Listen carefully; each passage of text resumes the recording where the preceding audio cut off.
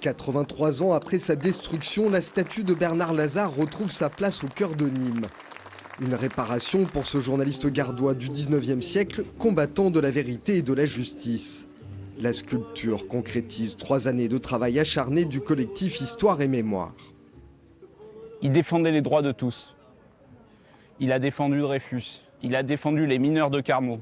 Il a défendu les Arméniens persécutés.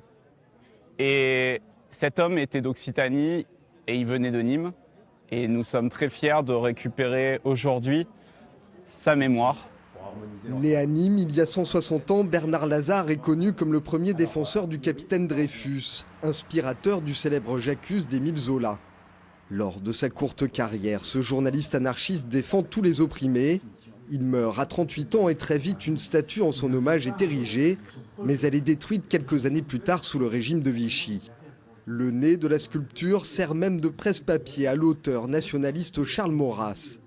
Que le nez de Bernard Lazare soit aussi, ça serve de pièce-papier, comme vous le dites très bien à Maurras, est aussi un des relents antisémites les plus importants qui puissent exister, notamment quand on sait comment les caricatures de l'époque de l'affaire Dreyfus et encore les caricatures d'aujourd'hui représentent les Juifs avec effectivement un nez crochu et d'autres attributs physiques.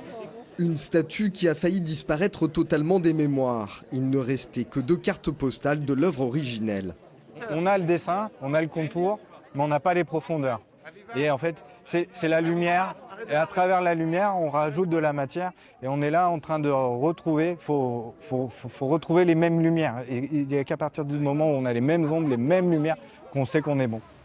Un peu de lumière contre l'obscurantisme et une statue symbole qui pourra servir longtemps de repère au badaud des Jardins de la Fontaine.